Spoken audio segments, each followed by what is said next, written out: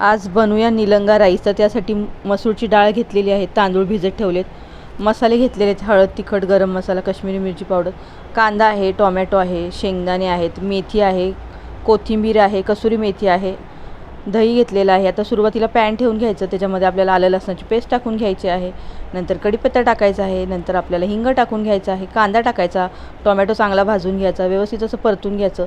मऊ पडण्यासाठी कांदा, टोमॅटो, थोडंसं मीठ टाकायचं आहे. त्याच्यानंतर आपण जगभरातले जे काही मसाले घेतलेले ते सर्व टाकून घ्यायचे, त्याच्यात मिक्स करायचं. नंतर मेथी टाकायची आहे, पुन्हा एकदा मिक्स करून घ्यायचं. याच्यामध्ये आपल्याला आता दही टाकून घ्यायचं आहे. दही ऑप्शनल आहे, तुम्हाला आवडत असेल तर वापरा, नाही वापरलं तरी पण चालेल, पण मी सांगेन की नक्कीच वापरा, छान लागते टेस्ट. छानपैकी मिक्स करून घ्यायचं. आता याच्यामध्ये आपल्याला शेंगदाणे टाकून घ्यायचे आहेत आणि जे आपण तांदूळ धुवून ठेवलेले आहेत, तांदूळ कोलम वापरलेला आहे, तुम्ही तुमच्या घरी जो कोणता असेल तो वापरू शकता. कोलम आणि मसूरची डाळ जे आपण भिजत ठेवलेलं होतं, अर्धा तास भिजत ठेवायचं होतं, तर ते इथं टाकलेलं आहे. छानपैकी मिक्स करून घ्यायचं. गरम पाणी ओतायचं आहे, वरतून कोथिंबीर टाकायची, कसुरी मेथी टाकायची. छानपैकी इथं आपला असा निलंगा राईस तयार झालेला आहे. तर कशी वाटली रेसिपी?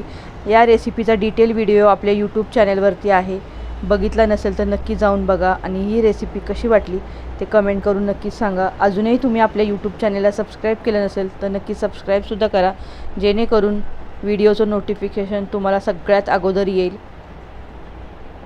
तर भेटूया अशाच नवनवीन व्हिडिओमध्ये. तोपर्यंत बाय बाय.